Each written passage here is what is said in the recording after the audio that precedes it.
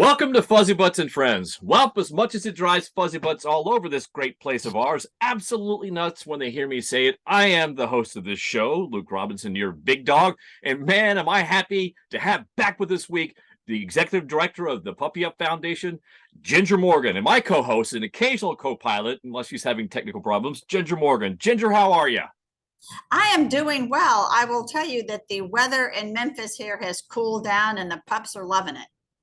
Yes, you have. It's interesting that Memphis mentioned Memphis weather because that's the weather you're having.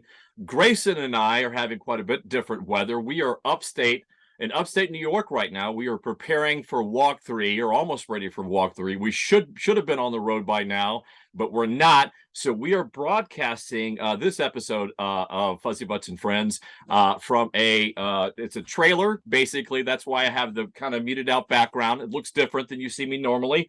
And also the connectivity might not be 100%, so my apologies to our audience if we're having any technical difficulties. But it's a lot of first. This is a lot of first for us here at Fuzzy Butts and Friends. First of all, it's our first broadcast from the road. I had my notes. It's a couple of firsts. I want to show you also my show notes. I usually have the talking points printed out. I have them on here, and I had the worst handwriting, so I can't really read this. So my apologies if I can't even read my own handwriting. So on that, we've gotten through all the apologies. I'd like to introduce a special guest of this week. She owns the Sunny Dog Inc. Company, and she is an author, and she is here to talk with us about a wonderful organization that focuses on senior dog adoption, senior dog care, all issues for our graying companions, our graying fuzzy butts. And her name is Denise Fleck. Denise, how are you?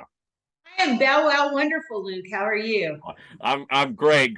Thank you so much, and I appreciate you bearing with us when we're having sort of this is not usually. I'm usually back in Memphis in our Fuzzy Butt studios, so we're having to adopt here on the road because I'm out here working for Canine Cancer. So, but what you're doing great, and I'm sure, as you know, a lot of senior dog care has to do with cancer care as well. So our paths connect at some point. But before we jump into Grey Muzzle, Denise, I've had to learn a little bit about your background, and I'm fascinated about that you're an author. You've done so much. So Denise, tell us about your origin story.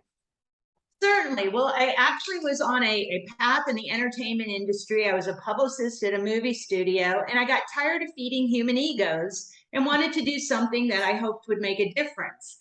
And since I had been raised by a Great Dane and loved dogs all of my life, I very quickly went to the dogs and the cats and the rabbits and the horses and all of the animals, because at that moment in time, our yellow lab, Sunny, suffered a back injury. And we lived in a little cabin, 110 railroad tie steps from the car to the house. So having a large dog not able to move and transport her down all those steps was a daunting task. Long story short, we got her the help she needed. But after that, I never wanted to be unprepared and not know how to help my furry kid. So I just jumped on the bandwagon, started taking every class, attending every seminar, and developed my own pet first aid and CPR program that I have taught to now more than 30,000 people personally. And I'm now teaching the next generation of instructors as well. But that, coupled with the first aid, my soft spot is for senior dogs. So I've written a lot about senior dog care and have classes on that as well. Actually, I don't know if there'll be a glare. This is Sushi. Sushi. And Sushi was a Japanese Akita, and all you ever had to do was say car ride, and you got that great head tilt. And just very briefly, a lady called me one day when I still had Sunny and said, I just saw your picture in the paper and it looked like you were somebody who could help. Her neighbor was moving in 2 days and had made no arrangements for her senior dog and had just called the local pound to come pick the dog up. Well, it was a rainy day in Los Angeles, and I actually beat animal control to her house, and I fostered Sushi, but she became my forever dog. And it was just amazing because the woman patted her on the head, as saying goodbye, saying, "I'll miss you almost as much as my rose bushes." And it just broke my heart. Oh my gosh. And this dog who lived on somebody's back patio their entire life just became an absolute teddy bear. I mean, you could see in that picture what joy emanated from her and what joy she brought to us. So from that moment forward, my husband and I just adopted senior dogs only. And as it turns out, most of them have been Japanese Akitas, which make them an even more adoption at a shelter. Did you just say, did I hear you correctly that Japanese Akitas are amongst the highest percentage dogs that elderly dogs that need a home? Is that what I No, heard? no, no, no. Oh, Meant that it's because it's a powerful breed that isn't for everyone. okay. Those are dogs that don't, as readily get adopted anyway. And then when it's a senior on top of that, that had that dog actually ended up in the shelter, she would have been euthanized immediately as an owner turn-in.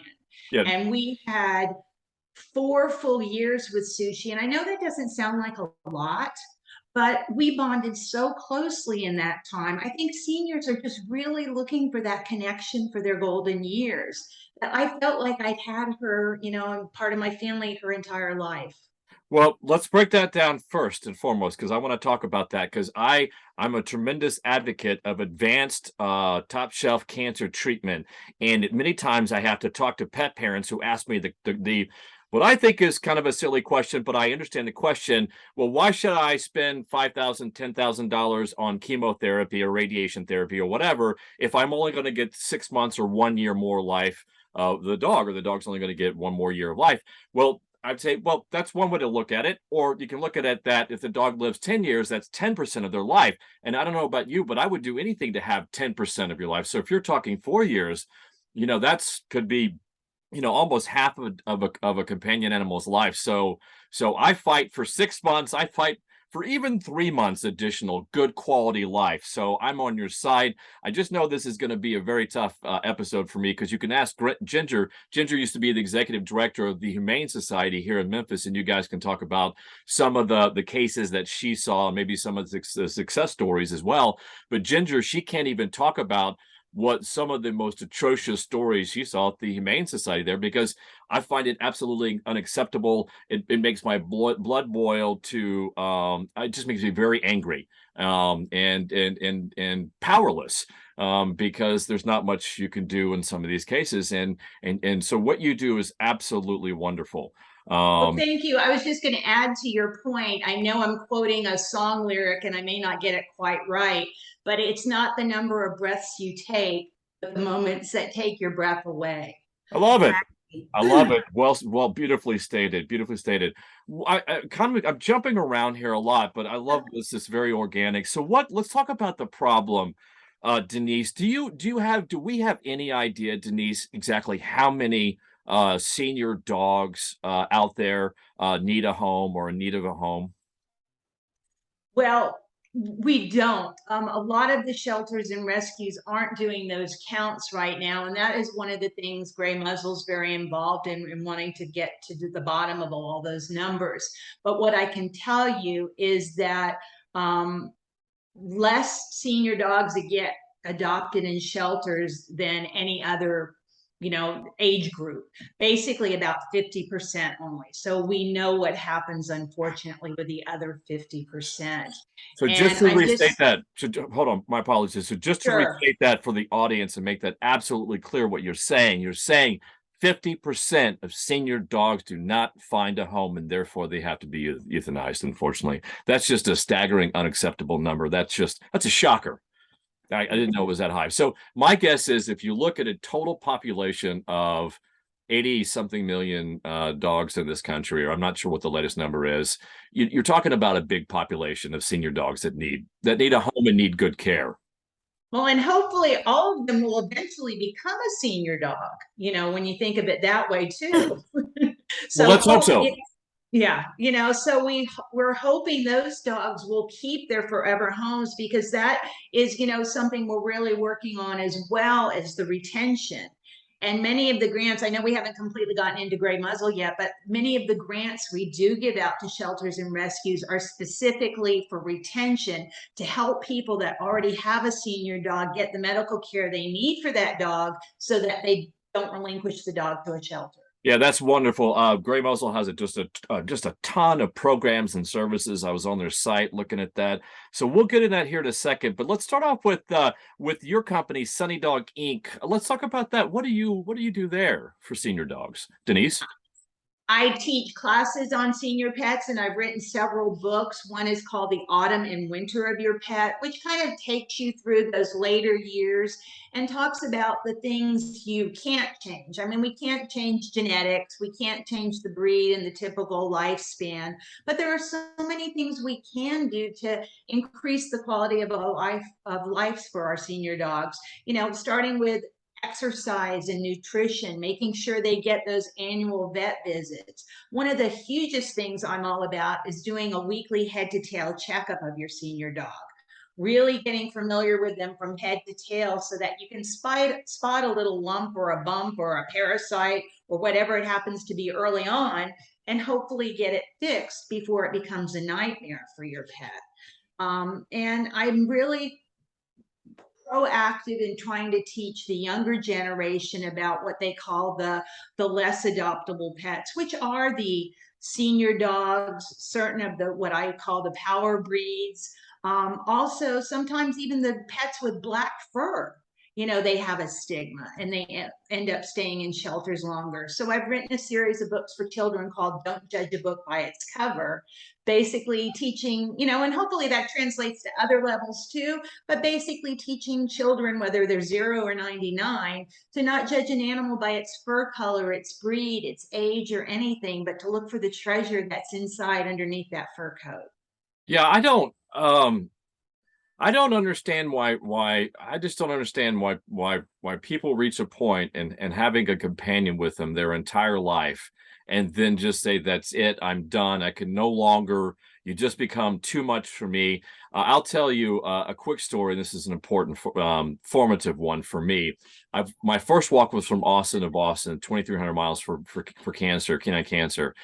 And I was in Texarkana, and so from Austin all the way to Texarkana, we had so many wonderful shelter and rescue people helping us out. I was walking with my 2 Great Pyrenees, and I just didn't have time, or for whatever reason, I think I was staying with a wonderful family in Texarkana. That was it. And so I had the circumstance and support to take a day off and go volunteer for the local shelter there that was helping me out. This is Texarkana, and they were absolutely wonderful. But I got to tell you, Denise, I was just terrified and just stressed out because I knew it would upset me seeing dogs that were being abused or harmed. But it ended up being a wonderful, wonderful experience. But the second I got in there, the first conversation I had with the executive director, I was worried, oh my God, it's going to be horrible, because she told me a story about something that had just happened to her, like within like the last week.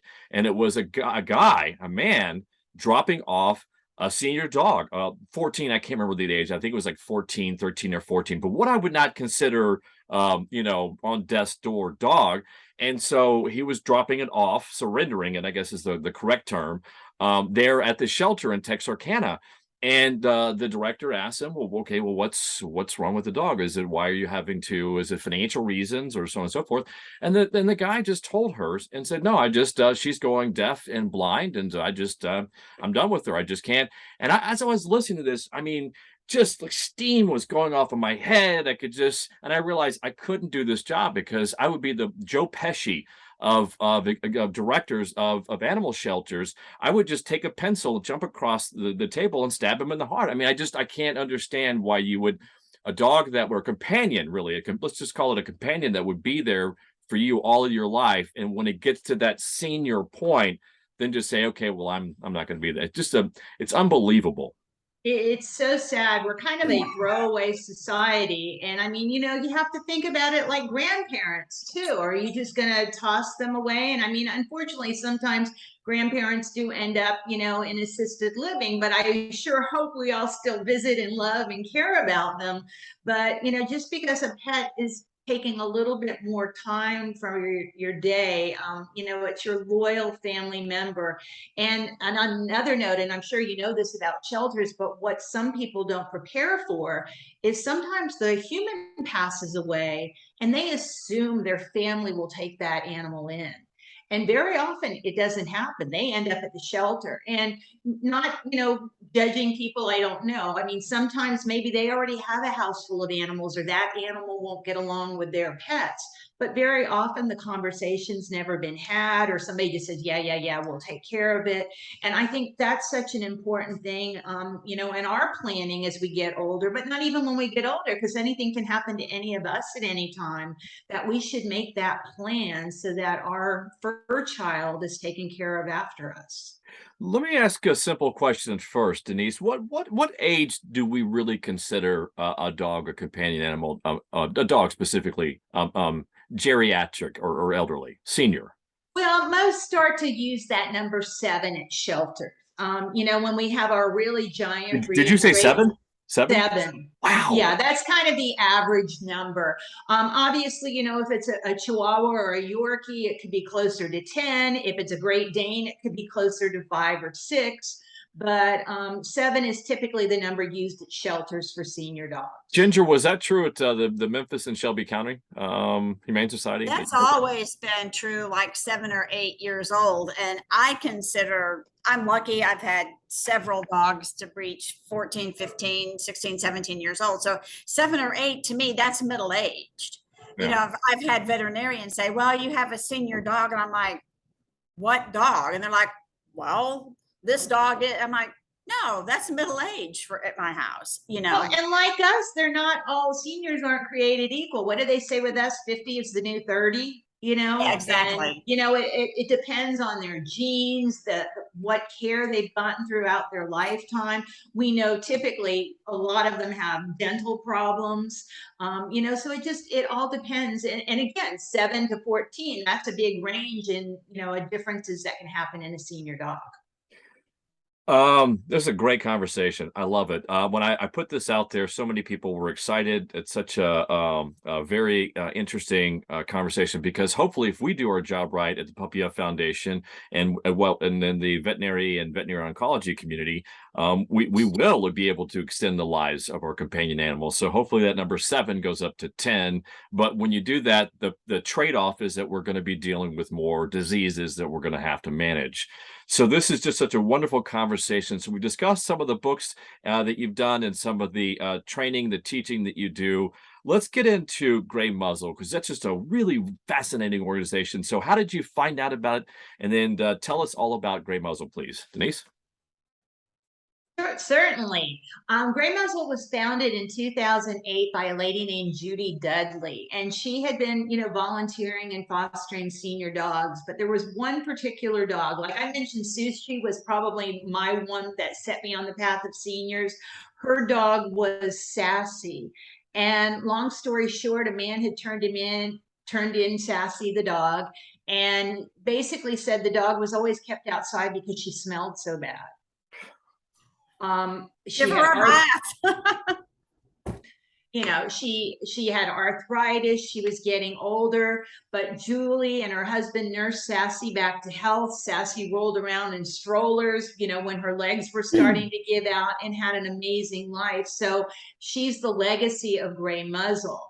And I joined in 2017. The president at that time just saw me speaking about senior dogs at a conference, and, you know, just roped me in, and my heart was there. And I've just been so proud of the organization, because at that point in time, around 2017, I think we were giving out around $200,000 a year in grants to rescues and shelters. And this year we just crossed the $700,000 mark.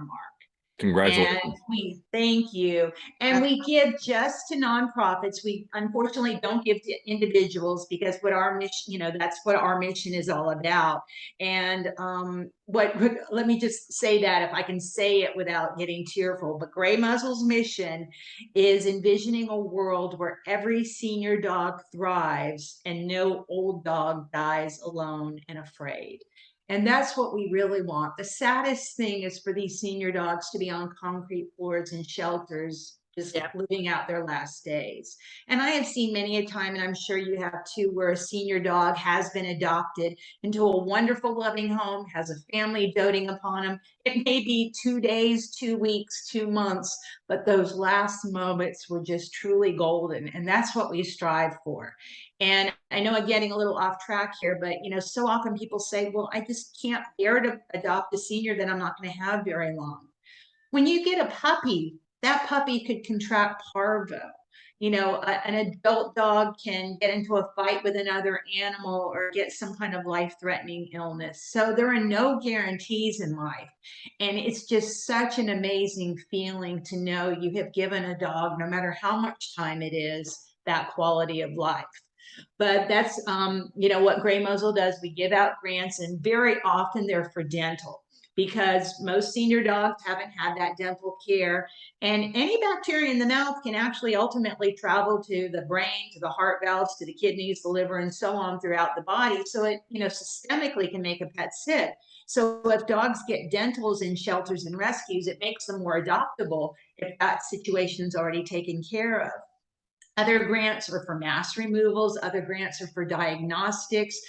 Some are for the senior and senior programs. And some, like I mentioned, are for retention, to help people that already have a senior dog keep that senior dog by getting him on the arthritis medicine he needs, or getting a surgery or diagnostic testing. Because otherwise, these people then feel unable to care for that pet and relinquish them to a shelter. And in most cities these days, there are exceptions, but most, when there's an owner turn-in, particularly of an older dog, they don't want to take up the space, and that pet is quickly euthanized because they think it's going to be harder to get them adopted. Senior dogs typically spend more time in the shelter than the cute little puppies. But like you guys know, what I like about senior dogs is what you see is what you get. That's my little line always. They've already grown into their paws and their personalities. They're happy to just, sit down looking adoringly at you. So many people since COVID are working from home, so they are a great companion. They're not the puppy you need to take out every few minutes or go for a walk. You still need to exercise them, don't get me wrong, but they're just happy to be with you. And like any shelter pet, I think they know and they're grateful. So there are. I have this great story to tell about a senior dog from the Humane Society when I was volunteering there. As you mentioned earlier, that either the dog's owner either died or wound up going into a nursing home, and this older dog and his companion wound up at the Humane Society, and he was just making all kinds of racket, and I was volunteering walking them, and it was decided that I would take him home because he was afraid of everything. And so I took him home. I kept him, wrote a note, let everybody know I had him. And then that night I put him just in bed with all the rest of us, and he crawls up and he's like right here and he's going breathing. And so I named him Grandpa Stinky Breath. And he was, and Grandpa for short, but I wound up, he lived like 4 more years after that. And so we don't know exactly, he was 16 plus maybe when he passed, but I know the vet, when I took him, he goes, oh, he needs a dental. When you said that, I was like, oh yeah. I took him for like a year and a half every 3 months to have his teeth cleaned. And he turned into a totally different, he was, when I got him, looked like he was on death's door. And I figured, I'd have him for 6 months. And I kept joking. I was like, well, the joke's on me because I had him for 4+ years, but he was something else, Grandpa Stinky Breath. Really cool. Well, this is my current love bug. This is Princess Kiko, and we adopted her 2 years ago. We think she was about 10, but she came to us with a terrible eye infection. As it turned out, it was a cracked tooth that she must have had for many years that had gotten severely infected. So the teeth can, even erupt into problems elsewhere. So just to summarize, basically, or encapsulate the 2 parts of the mission for Grey Muzzle are the grants. They're to increase the success rate of adopting senior dogs on the one hand. On the second hand, increasing or improving retention once they are adopting. Is that a fair assessment, the two parts to It main part? totally is. And I mean, some of the surgeries and diagnostics are done on the shelter pets because it makes them more adoptable if people already know what, they're getting into, or Right. if problems have been solved. But yes, we also are, if we can keep that dog in his home or her home, that's, a win-win. Right. Well, I want to break down the first part because I find that so fascinating that because it seems like, well, that's my question, is that I find it fascinating. How do you actually improve the success rate of, how do you get more senior dogs adopted? And I like that okay, let's fix their breath or their teeth. And then let's make sure they don't have any lumps and bumps. So did Grey Muzzle or the organization arrive at these things that you do to increase adoptability? Have you guys done studies or analyses at the shelters or partner with shelters? We are doing studies, constantly right now. And when we get our pool of grantees, we stay in touch with them out throughout the year. We don't just write them a check and say bye-bye. Right. We ask them to send us success stories. We have focus groups with several of them, throughout the year, so that we see what's going on and where things need to be working. A great example is, in many places, the senior for senior program isn't the most successful, because right away people think, a senior dog and a senior person is a good match. Not always. Sometimes a senior person has a fixed income and can't do some of the extraordinary things that might be needed. I mean, that could Is happen that with the a main puppy reason? too. Yeah, is that I have to ask it because that just scratched that off my list, because that was going to be my assumption. Well, why don't you guys match senior people with senior dogs? So Well, is it and mostly we do. right? But We is it do, and there are some successes. There are some, but but is it it mostly? isn't. Have you found that it's mostly because of financial, like what you were saying? I mean, what are the It's reasons? financial, but also, physical. It depends on the person. How, again, the senior, is it a 60-year-old senior or an 80-year-old senior? And what shape is that 80-year-old in? Can they walk the dog? Are they going to trip over that dog and fall and hurt themselves? So it kind of depends. There are some amazing programs, actually, though, where some of our grantees actually adopt only to like assisted living homes, and then they will go and pick up the pet if the pet needs to get to a vet visit. Because that's another hindrance. Some of the seniors may not be able to physically get the pet. They may not drive, or they may not be able to lift the pet in the car. So I'm not saying it's a no-go with seniors for seniors. Some matches are made in heaven, but it isn't always the perfect fit. And we're finding, sometimes now some of the younger people or people that are working from home might be a better fit for seniors. So it really is kind of a case by case basis, like a lot of Sure. things in life. Sure. Yeah, I'm just curious. I like to analyze and think about the drivers of things. Why groups of people do things. Why do they adopt these breeds of dogs? I find data fascinating. It's my life. And so, because instinctively I thought that might be make more sense because of activity, right? Because typically younger people want a more active dog, and senior dogs, that's not. So you think the lifestyle may be different. But then I was thinking maybe it's personality, because you said something interesting a second ago. You said older dogs are what they are, or you get what you get what you pay. I can't. What you see is what you get. What you see is what you get. Thank you, thank you. And I'm like, I'm kind of that way, and I get that way pretty much more every year. Well, the reason that always comes to my mind with seniors is very early on. I think when we were adopting our first dog, Sunny, from the shelter, my husband and myself, I was shocked looking at the kennel cards, and there was a German Shepherd puppy, maybe 6, 8 months old, not tiny, but it said owner turned in because didn't realize it would get so big. That's one of the major reasons when I was at the Humane Society. They're like, well, it got bigger than I thought it would. Well, if it do your research.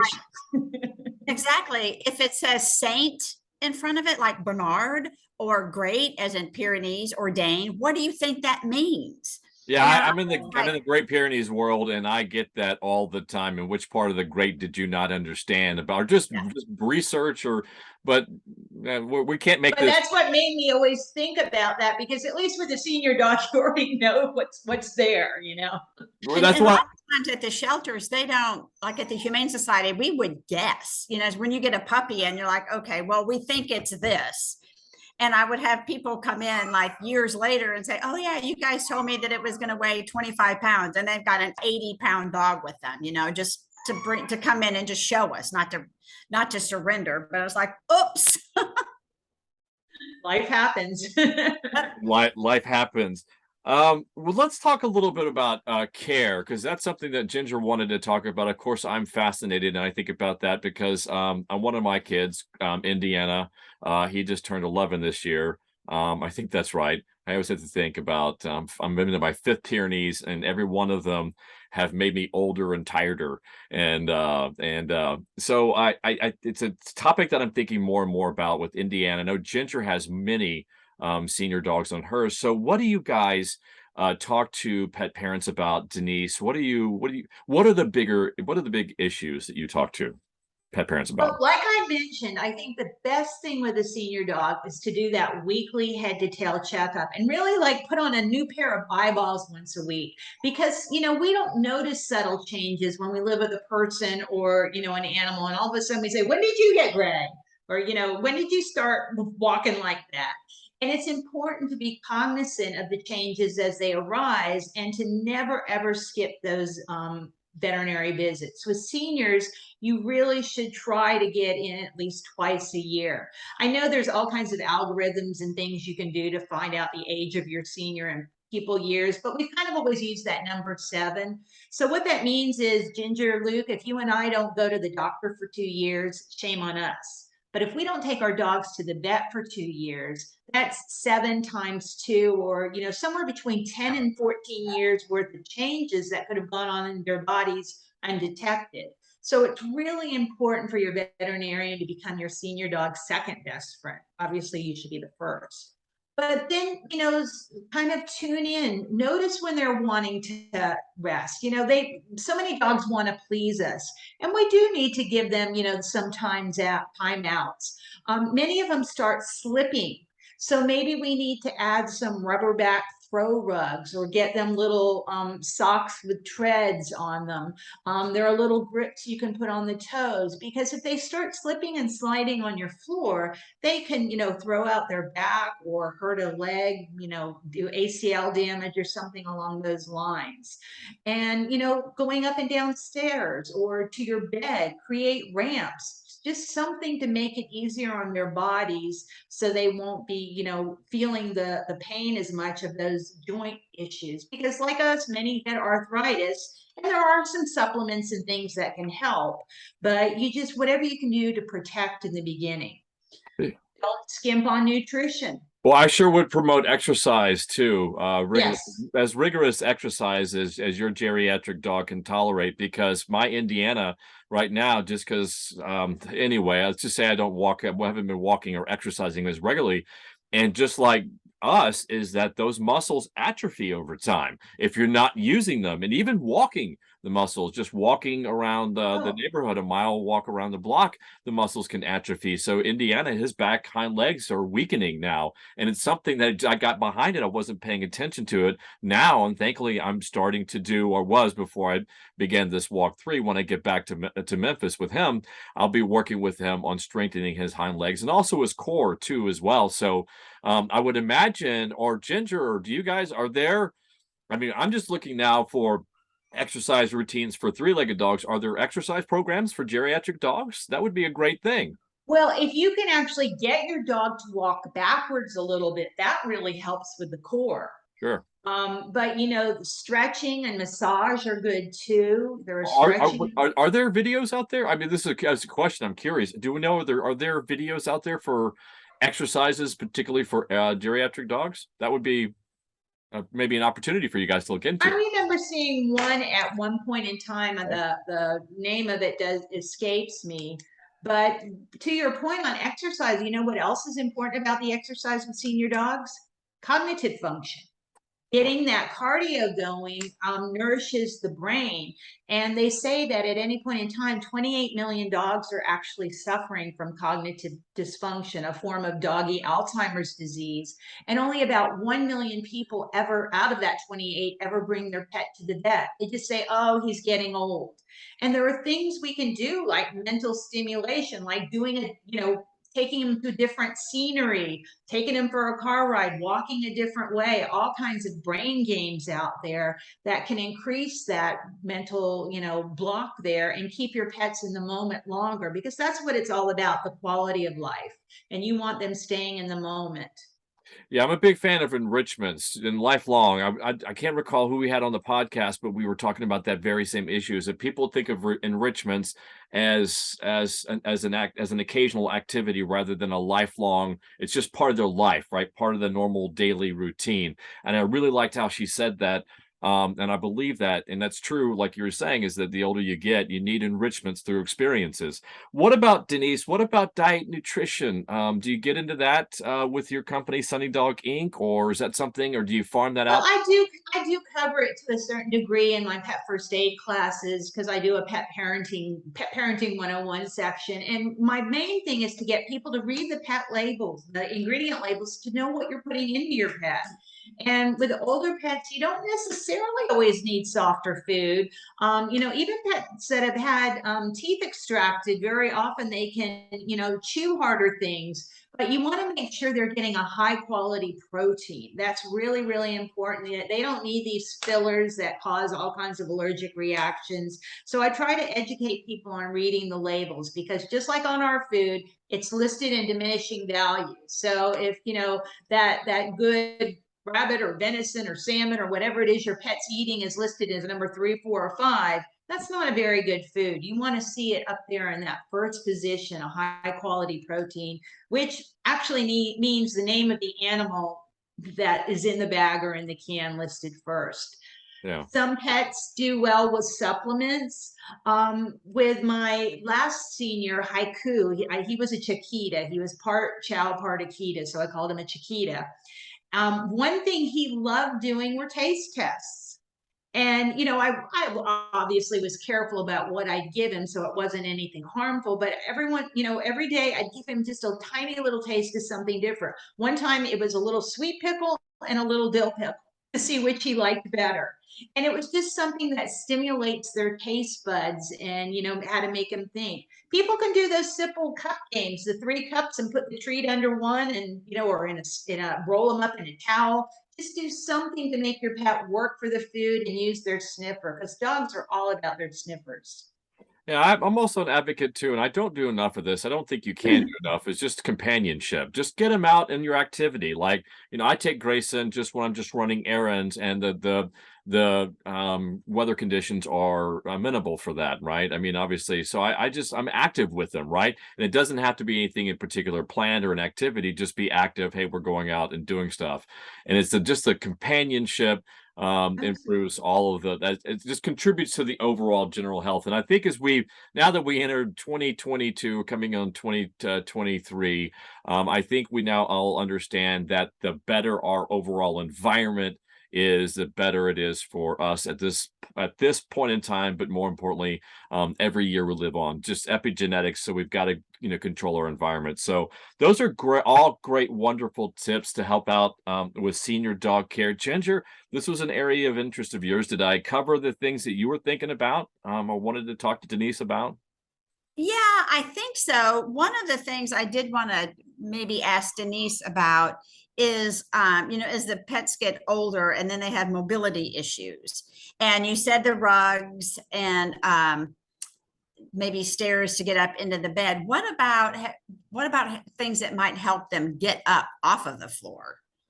They actually make things like back end harnesses, but one of my favorite tricks I do in my pet first aid classes, when I'm even talking about helping transport a pet who's having difficulty, is taking one of those shopping tote bags, cutting it on the side, and then it opens up and you have 2 handles, and that goes underneath the abdomen and the chest, and it helps give them a lift. It takes some of the pressure off the hind quarters. Another thing related to mobility is, just gentle shoulder massage, because typically dogs' hindquarters go first. And what that means is they're putting more weight on their front shoulders, and those are getting sore. So, that can be, anything beneficial there. I'm a huge advocate with large dogs, but I think also with smaller dogs having slightly raised bowls. Again, that prevents them from leaning way down and putting all of that pressure on these muscles that are already so, tight. Another thing about senior dogs is sometimes they have more trouble regulating their body temperature. They may be too hot or too cold.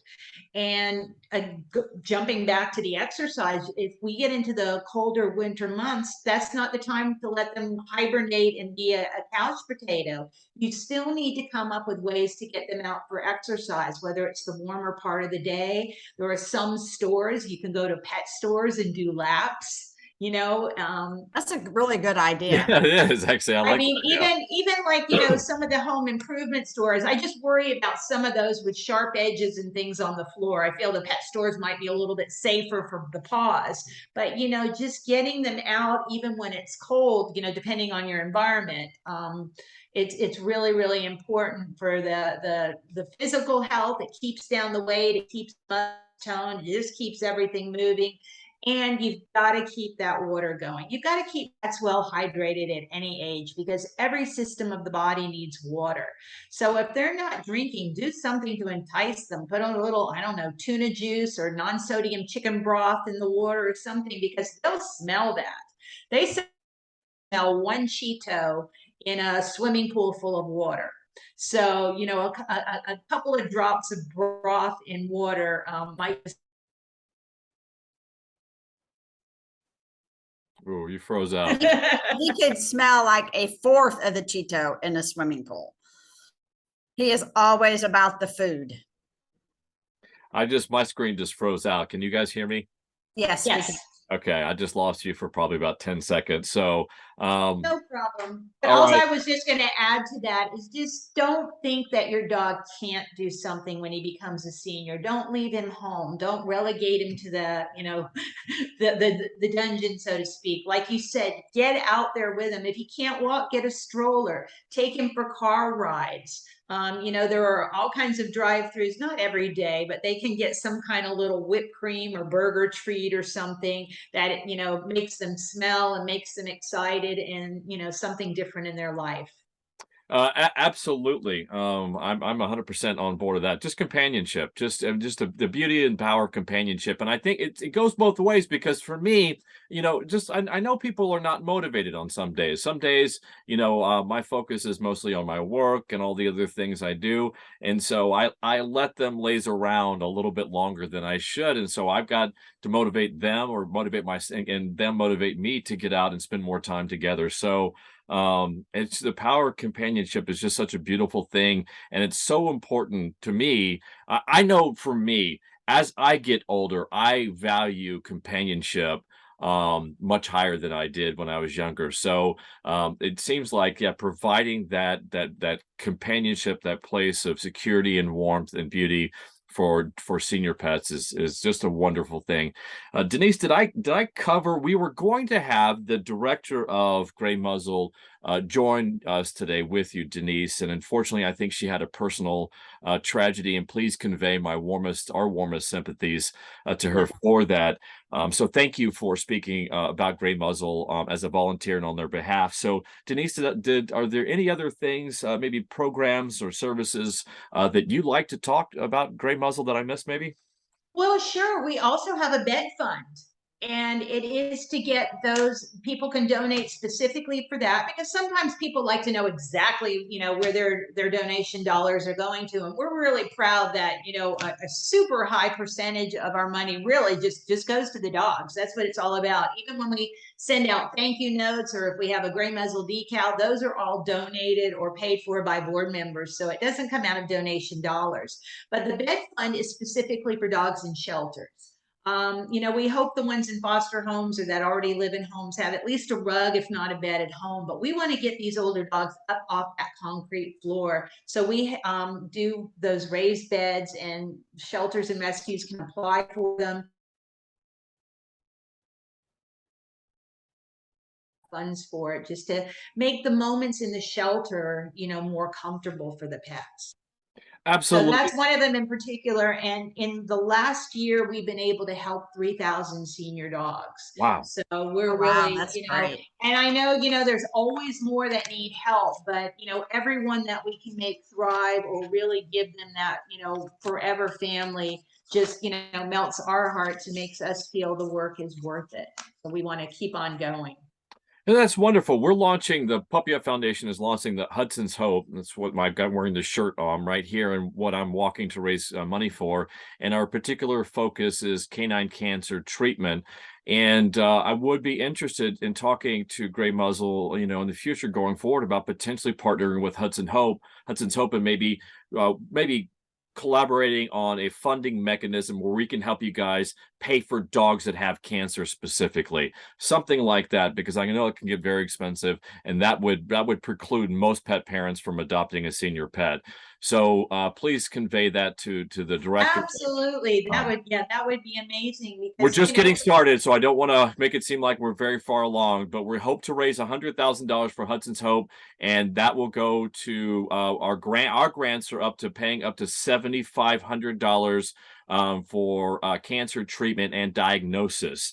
So it is, that's not a lot. I mean, it certainly doesn't cover probably the entire nut, but it contributes a good deal for pet parents that are strapped right now. So we hope to do with this first, we hope to do 12 to maybe 15 dogs this first round, but we're going to do future funds. So I think it's going to be a successful idea, and we're going to have great success with it. So I certainly would love to talk to you about how we can expand it out, because shelters, well, not only are they strapped for money already, but treating and caring for their animals, and more importantly, senior pets, and cancer treatments and cancer cases, certainly something that we would be interested in doing.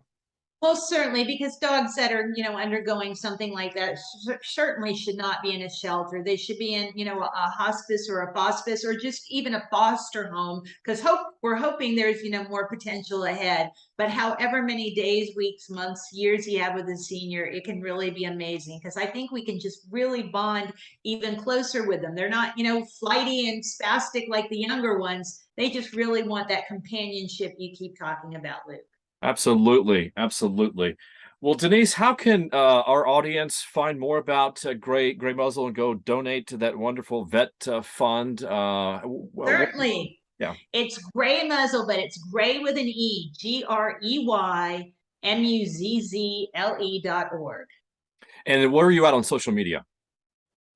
GreyMuzzle.org. It's actually on Facebook. It's the Grey Muzzle organization. The Grey Muzzle. I think if you get the Grey Muzzle in there, you'll find us on most things. Yeah, probably so. I did want to start out this podcast with the funny, but I couldn't read my handwriting about the first, and about what the first question I wanted to start out with was, you use the Grey with an E, and this is Grayson. Grayson, come say hello. Come here, sweetheart.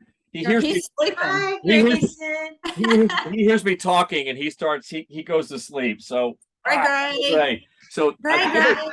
the other What first, a gorgeous boy. he was dead asleep when I start yapping. He's like, okay, Poppy, I hear you yap all the time. So he was asleep. My apologies. But the other first is that this is the first episode of Fuzzybutts and Friends that we actually have a fuzzy butt. And this is mine, Grayson.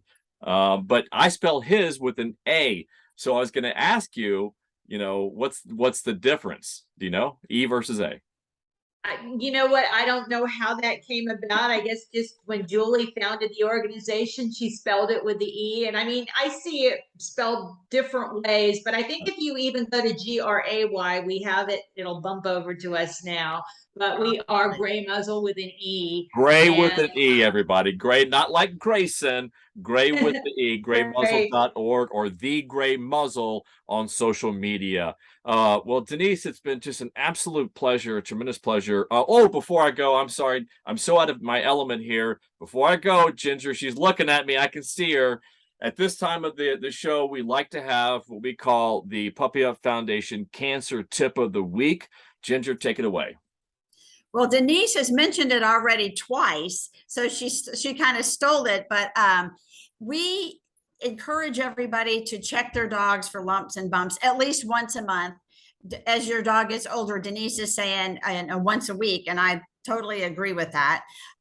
You know, because not as dogs get older, they get more lumpy and bumpy. I mean, I found, I'm not a dog, but I found a bump on myself. I'm like, do I need to go to the vet and have that aspirated?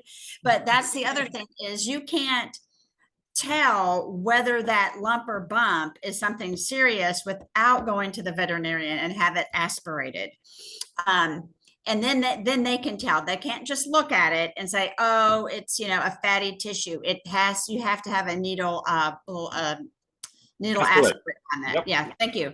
And the other thing is, you made me lose my train of thought, but yeah, anyway, I know what it was. So the Puppy Up Foundation has a little pamphlet, I'll call it, that has lumps and bumps, and it has an outline of your dog. So when you look at your dog and you feel all that, you can make notes of what it is, and you know, you can measure it if you want to, but you can keep track of where they are.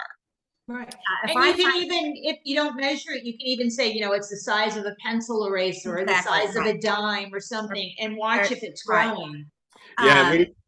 I typically don't like to watch. I just make the vet appointment, but at least then I have it where they were, so that the vet has a record of it. I have a record of it, so I'm not going back for the same one over and over again. So anybody who would like to get a copy of that, just email us at info@puppyup.org. We'll send you not only that picture of the dog, but on the flip side of that, it has exactly how to mark it, what you're looking for, where to check, because there are a lot of places people don't check that they should, but like in your dog's mouth. I mean, we check everywhere. No tail unturned, as we would like to say. Absolutely. That was sage advice. Thank you, Ginger, for the Puppy Up cancer tip of the week. I was going to say, we like to recommend when it becomes the size of a pea, that's when you need it aspirated. Now, whether that's a sugar pea or a snap pea or a black-eyed pea, that's up for you to decide. But what could end up being a metastatic cancer, you could find out very early on with just the cost of a needle aspirate and a vet visit, which is not that expensive, and diagnosis early on, and certainly in the cases of some types of melanoma, could make the difference of a dog living 6 months versus 6 more years. So definitely don't wait. Get it aspirated as soon as possible. Ginger, thank you so much. Did I miss anything else? Anything else you wanted to go over? I don't think so. I think we've covered it all. I hope so, because I'm losing connectivity. I keep freezing in and out here. So my apologies again to the audience for any technical difficulties. Denise, thank you so much for being a part of the Fuzzybutts and Friends. You are truly a friend of the Fuzzybutts, and you are welcome back here anytime. My pleasure. And just please don't overlook a senior dog when you're thinking of adding a family member. Oh, hey, where can the audience find you and Sunny Dog Inc.? Sure.